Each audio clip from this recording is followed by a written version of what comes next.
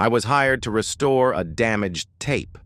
No title, no sender, just a 3-layer seal and internal markings that I had to cross-check through 3 access layers before I could decipher them. At first, I thought it was just a typical court recording. Crackling sounds, distorted voices, segments of data corroded by time, or perhaps intentionally. I've worked with similar things before. Confession recorders, security cameras, conversations distorted by fear and silence. But this tape was different. The moment I pressed play, I knew I had touched something I wasn't supposed to. The sound wasn't just static, it was waiting, as if something was staring back at me from within that silence. I processed each layer of waves, each fractured level of sound, and after a few minutes, a voice pierced through the noise, soft, precise, unmistakable. A female voice, gentle like a breeze gliding over the surface of a lake, but beneath it, there was something that sent a chill down my spine. I was hired to restore a damaged tape, and what I heard made Oprah faint in court. Hard to believe. I'll tell you the whole story, and you can decide for yourself. But first, one question. Do you believe a recording could bring down an entire legend? If you do, comment 1. If not, leave a 0. And if this story made you think, be sure to hit subscribe to support the channel. Now, let's listen.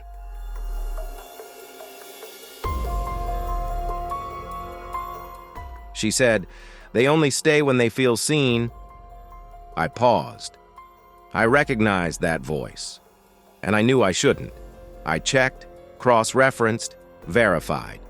The voice match accuracy was up to 94.8%. There was no mistake. When I handed the recording over to the legal team in charge, they requested it be played in a closed session. And in court, when that voice filled the room already thick with tension, Oprah fainted. No one touched her. No one had time to react. There was only silence, exploding throughout the room. Not because they didn't understand, but because they understood all too well.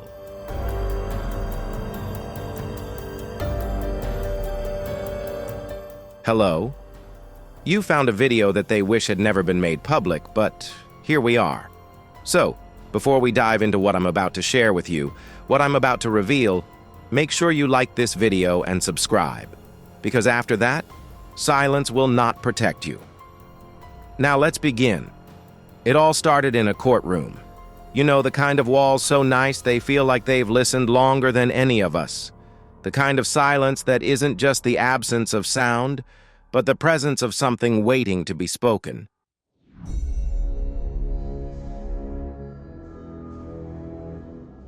That day, the air was thick, as if it knew something was about to break.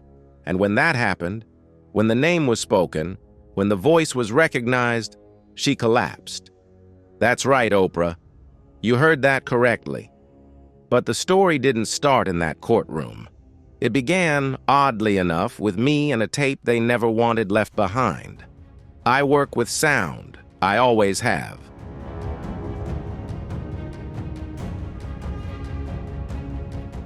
I used to be the guy who patched up club speakers and alleyway radios, holding wires together with cheap solder and hope, the buzzing, crackling, the hum of half-dead equipment. To me, that was music. The ghosts of voices that no one else could hear. That was my concert. Now I do the same kind of work, only cleaner. White walls, sealed doors, fingerprint locks, and security badges that change color every 24 hours. But the work hasn't changed.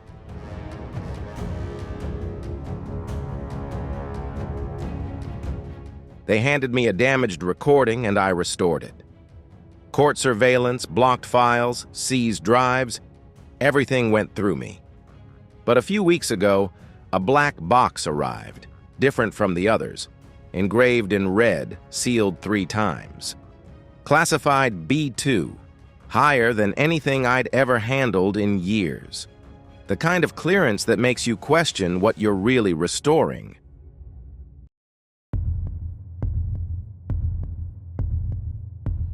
Inside, 23 VHS tapes. 22 of them were exactly what I expected. Jet-set parties, hazy dance floors, men in sharp suits trying to hide behind champagne glasses. The kind of footage that raises questions but rarely answers them. All of it connected to Diddy. But tape number 23, that's the one that still wakes me up at night. No label, no inventory code, just a scratched sticker. R24S. The silence of that tape was different. Not empty, but waiting.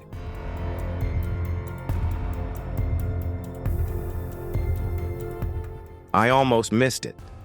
Almost. But curiosity doesn't sleep, and neither do I. So, I uploaded it. The tape was damaged, the edges warped, the sound distorted. The video looked like it had been soaked in water and dried under the moonlight. But after 15 seconds, something broke through the static. Laughter, not joyful, muted, trapped.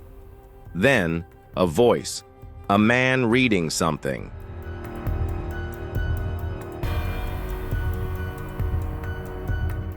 A list, maybe, followed by a sound I can only describe as glass shattering in the wrong kind of silence.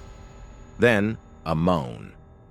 That's when I started cleaning it up, filtering the sound, boosting the mids, running gates and compressors, cutting the channels down to raw waveforms. What came next sent a chill through me. The voice of a woman, soft, elegant, too calm. It didn't belong in that room, but it controlled the room. Her words were carefully chosen.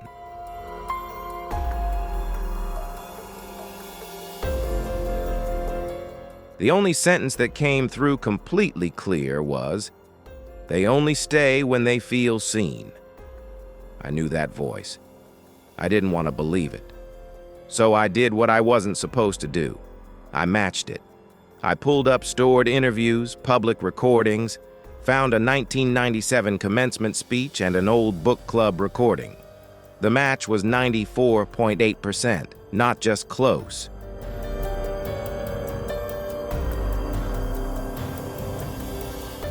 It was a signature. I backed up the file twice. Once to a secure archive, once to a private drive I keep off the grid in case I need to prove I'm not crazy. I labeled it Interview Candidate Jack Swift. Not exactly subtle, but the name won't matter once someone listens. Not what she said, but how she said it. Like someone who doesn't need to draw attention because the whole room already knows who she is.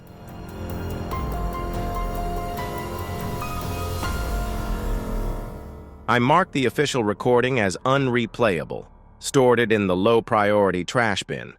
That was my cover. But that phrase wouldn't leave me. I kept repeating it in my head. They only stay when they feel seen. It sounded like a motto or a rule. That night I stayed late, well past business hours. After midnight, the building hummed as if it were holding its breath.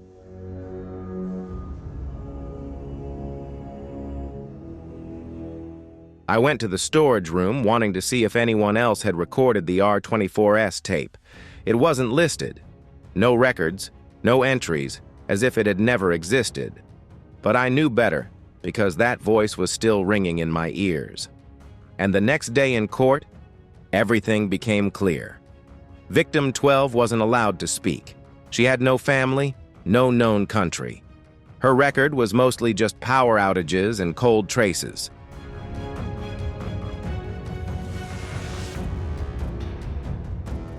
She walked in as if she knew the truth was heavier than anything they could print. And when she spoke, the room was turned upside down. She talked about rituals, about a house on St. Bart's Street, too quiet to be a party venue, a theater with velvet seats, a woman they called Mother, a woman no one dared look at. She said this woman wasn't involved. She watched and somehow made everything worse.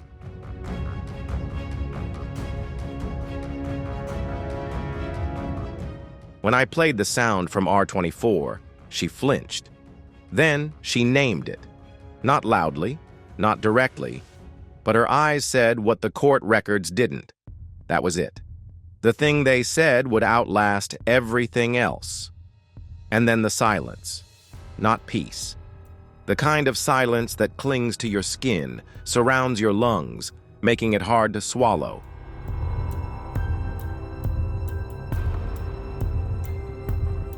The courtroom sealed itself shut. The judge, the lawyers, even security, they all knew. The panic wasn't loud. It was contained, professional, horrifying. She collapsed a few minutes later, and in that moment, I understood. The story wasn't about what had happened, it was about who had let it happen. The tapes just kept appearing.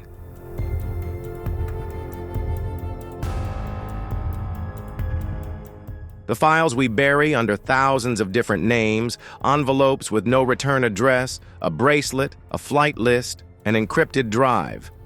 But the worst part, that network is real, a whispering network. People who not only know about the events, but who create them.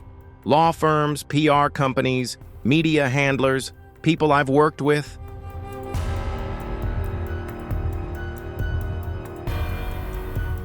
The people who used to joke about cleaning up stories as if they were pouring wine on marble.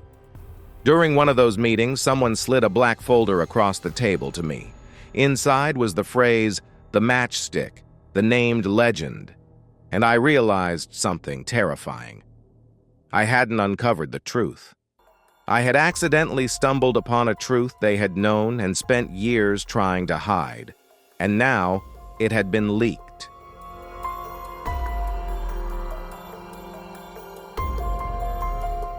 Not through official channels, not through press releases or statements from polished mouths, but through whispers, through scraps of letters, a bracelet in a photo, a flight path that didn't match its manifesto. The legend hadn't shattered. It was slowly cracking, but undeniable. I remember sitting in my office, surrounded by screams, still listening to that voice, her voice repeating in my headphones like a lullaby made of knives.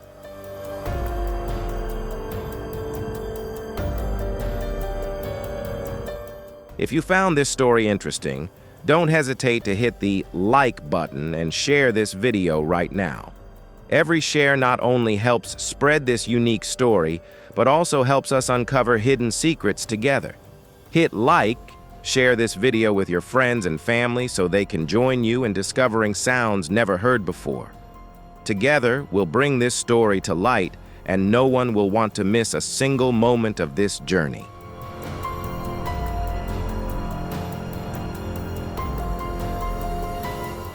I didn't want to hear it anymore, but I couldn't stop because there was something about it that was not just familiar.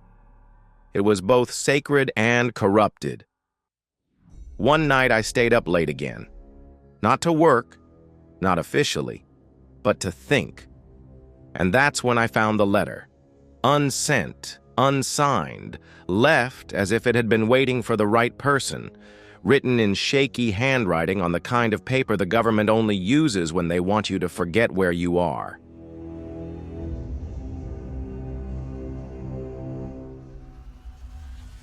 It was from a woman under witness protection. She called herself. Now, not her real name, just the name they gave her.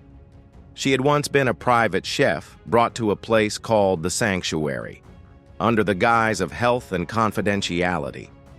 A contract. No name, no record, just a symbol. She remembered every detail. She remembered the smell of salt and lies, a hint of ammonia beneath the ocean air.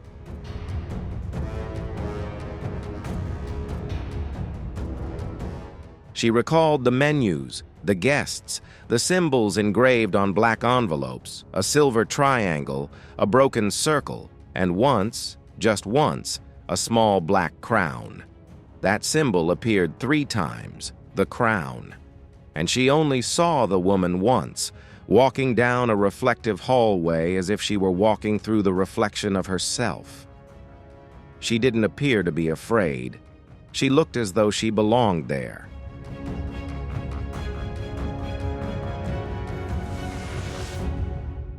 Isa said the guests cried, not screaming, not panicking. They cried as if it were part of the ritual. And the woman in the middle? She didn't speak. She didn't give orders. She didn't need to, because she had become the one who commanded. And in one moment, just one moment, Isa heard her voice through a vent. "They will forget your face, but not your silence."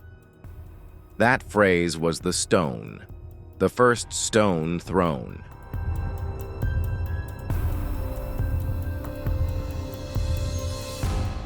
Isa wrote it in her journal, not as evidence, but so she wouldn't lose herself in the memory. But it was leaked. Someone took her words and posted them. No name, just a symbol, a quote on a black and white background. She spoke with the weight of the world beneath a single word: crown. That was when the real panic began. A journalist discovered the next scent.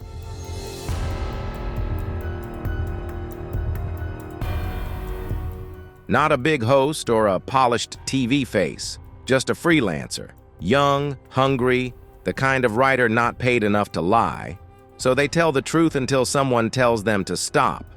They found a photo buried in an outdated blog. Diddy's birthday party, 2004, men in robes, too many cigars, the kind of scene that hides its guilt behind the smoke.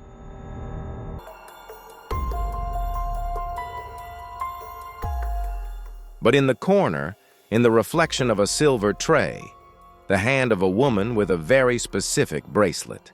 Gold, detailed, and unmistakably hers. The journalist remembered that bracelet. Cross-referencing the Foundation Gala records, it matched the timestamp. The story didn't add up. Her jet didn't fly from Chicago to the gala. It was pitch black. Then it appeared near St. Bart's. No customs, no logs, just silence.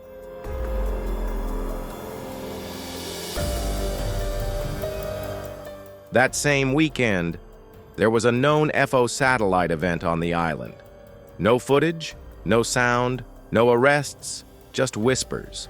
And now, another shadow had been confirmed. The journalist had uncovered everything. The images, the timeline, the links, never naming names, but the shape was clear enough. I read the thread. I watched it explode. Thousands of shares, dozens of anonymous comments, whispers turning into roars.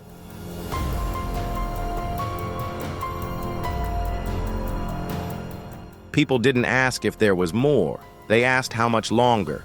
And then the message came. A direct message from a blank account. No name, no followers. "You're not wrong, but you'll have to disappear soon." They'd spun it like AI generated. And just like that, the campaign of doubt began. Deep fakes, AI overlays, manipulated sound. The noise was deafening, and that's the problem.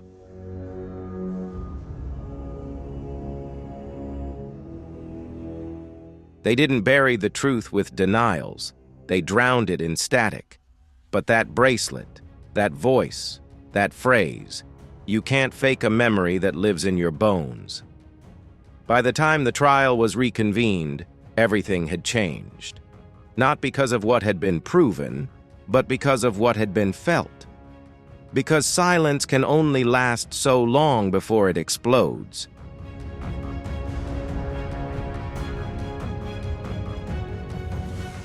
Three more testimonies came in that week. From Leon, from Haiti, from Sao Paulo. None of them mentioned names, but all described the same thing. A woman who didn't touch, didn't speak much, but observed. And when she sat down, the room seemed to hold its breath. One girl called her the mother of the hourglass, a phrase that didn't exist anywhere else.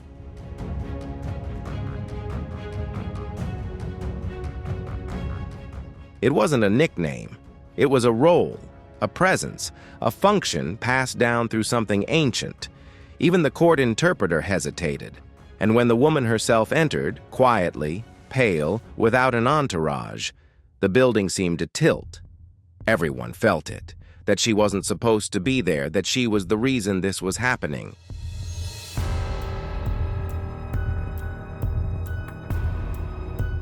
I knew what I had seen that day, and I knew what I had heard afterward. A whisper that could only be heard as I walked past the hallway outside the courtroom. Her voice was gentle, not directed at anyone in particular. It wasn't supposed to come here, but it did, and she knows that.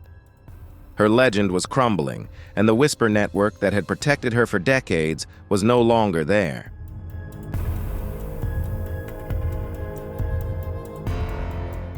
That afternoon, in a private room after the court session, she collapsed. No drama, no explosion, just silent tears falling relentlessly. A whispered question to her lawyer. Will they release the names of the children? I will testify. If not, I will leave. And that's when I understood something I hadn't wanted to admit before.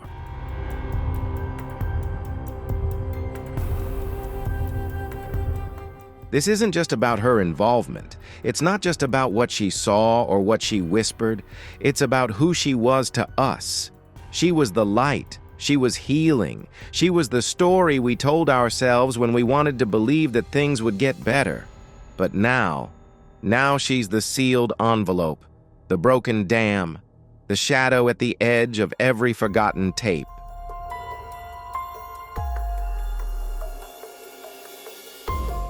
And I'm not the only one who knows this. They brought in the old protectors, the crisis managers, the heritage lawyers, the PR specialists who were once praised for turning divorces into documentaries. They gathered in a private waiting room disguised as a wellness retreat in Beverly Hills. Outside, the marble fountain whispered peace in the midst of war.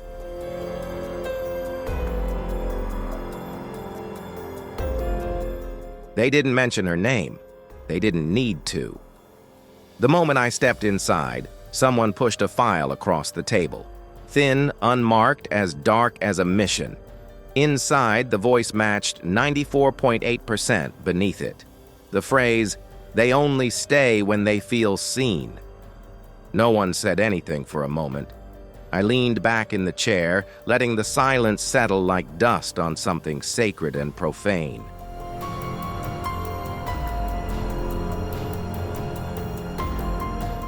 "It hasn't hit the feed yet," someone finally said. "But it will," another said. 3 leaks in 2 hours, still sealed under a secondary layer. "Right now," someone mumbled. And so the legend began to crumble under the weight of fear. They dug through old files they swore had never existed.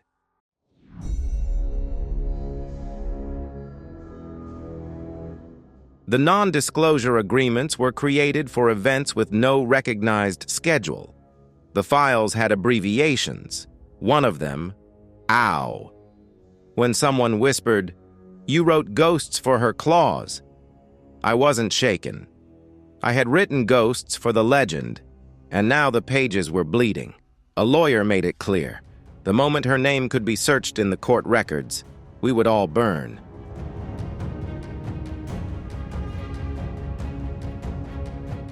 They weren't metaphorical. They meant everything. Careers, deals, brands, the illusion of healing that had paid all our bills. And then someone's phone rang. They didn't answer. They played the message aloud. Her voice was calm, controlled, collected, like still water hiding something unsettling beneath.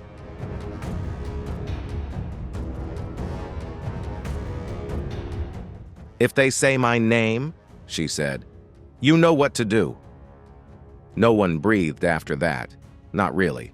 I stood up, adjusted my coat, looked around the room of titans, now trembling. That was the night the whisper network cracked. Not from external pressure, but from within. The moment they realized the legend wasn't just vulnerable, but it had spoken.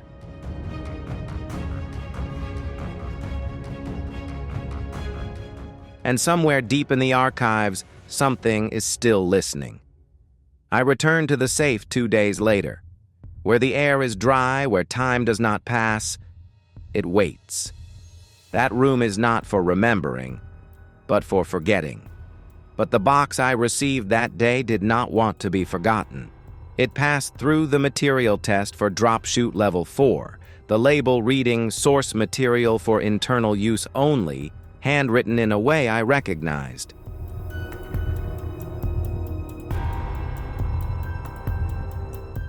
I brought it to compartment 9, where the cameras didn't meet the standard, but it wasn't inside either. The receipt, the service invoice marked with the electronic transfer symbol and the FO code. The black invitation with gold lettering, no name, just the date, just the hourglass, and the phrase, "Witness does not interrupt." And then there was the USB, a 5-digit PIN code rotating, untouchable. Even curiosity trembled in that room.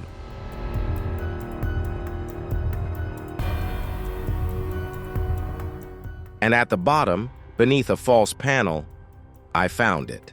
R24s. The original, not a copy, not a reconstruction. The original. I didn't watch it. I couldn't. Some lines I didn't want to cross, even I. But I kept it. Heavy, cold, real. I knew what I was holding wasn't just evidence. It was the thread that could unravel everything.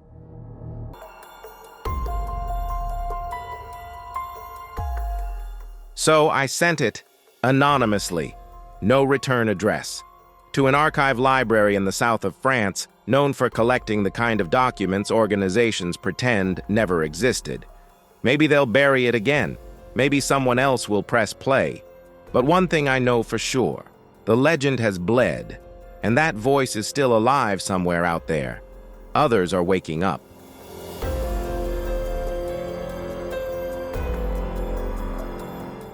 I read the interpreter's account. She sat behind the booth, telling herself that she was just translating the words, not the meaning. But even she knew, language doesn't matter. Weight matters. She heard the testimonies. She heard the reverence, the fear when they spoke of her, the woman who didn't need to touch, the one who sanctified silence.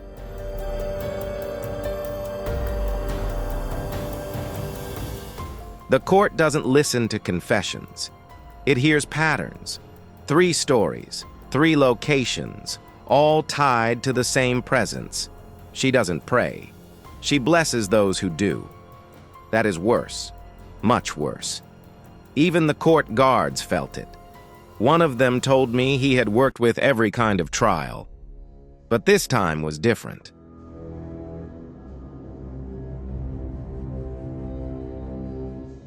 When she entered the cell, the air seemed to shift itself to make space for her.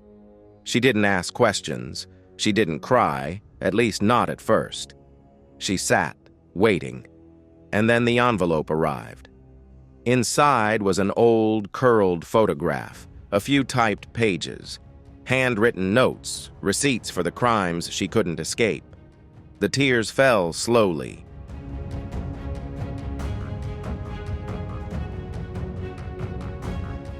It wasn't like someone breaking down.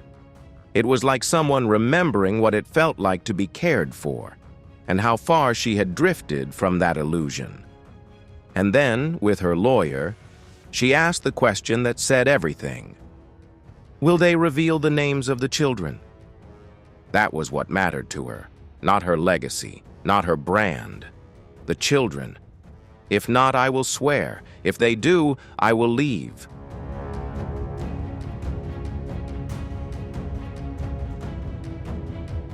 She collapsed a few minutes later. Some people said she fainted. Some said it was guilt. Others said she saw the legend dying slowly in her hands. But I was there. I saw how her hand gripped that envelope, how her body bent, not like it was falling, but as if it had given up holding the weight.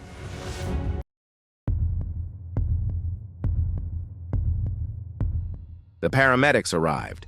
No names, no statements, just stretchers, rituals, and whispers following them down the hallway like shadows with ears. They said she was stable, but something inside her died that day. Not the woman, but the crown. It was a name etched in the archive folder. The crown, just to reconcile the inner self, a presence, a symbol.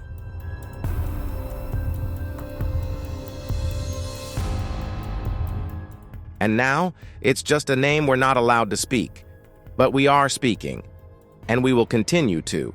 Because no matter how carefully they edit, no matter how quickly they flood the feeds with noise, no matter how many AI-generated headlines they use to bury this, we have heard her voice. We have seen the pattern.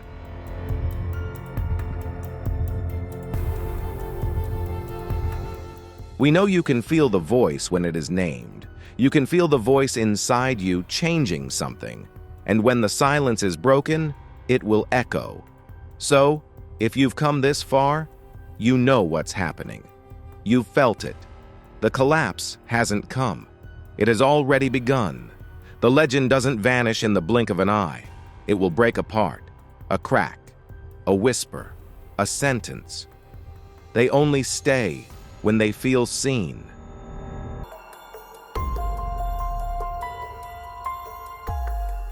And so, the story of this tape is just beginning. What we've uncovered so far is only a small part of the secrets yet to be revealed.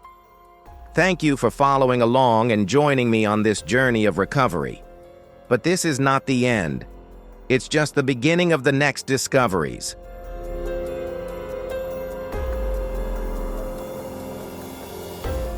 If you found this story intriguing, be sure to hit like to show your support and help me get this video out to more people. Don't forget to share this video with your friends and family so they can experience the surprise too. Make sure to click subscribe so you don't miss out on any exciting videos coming up.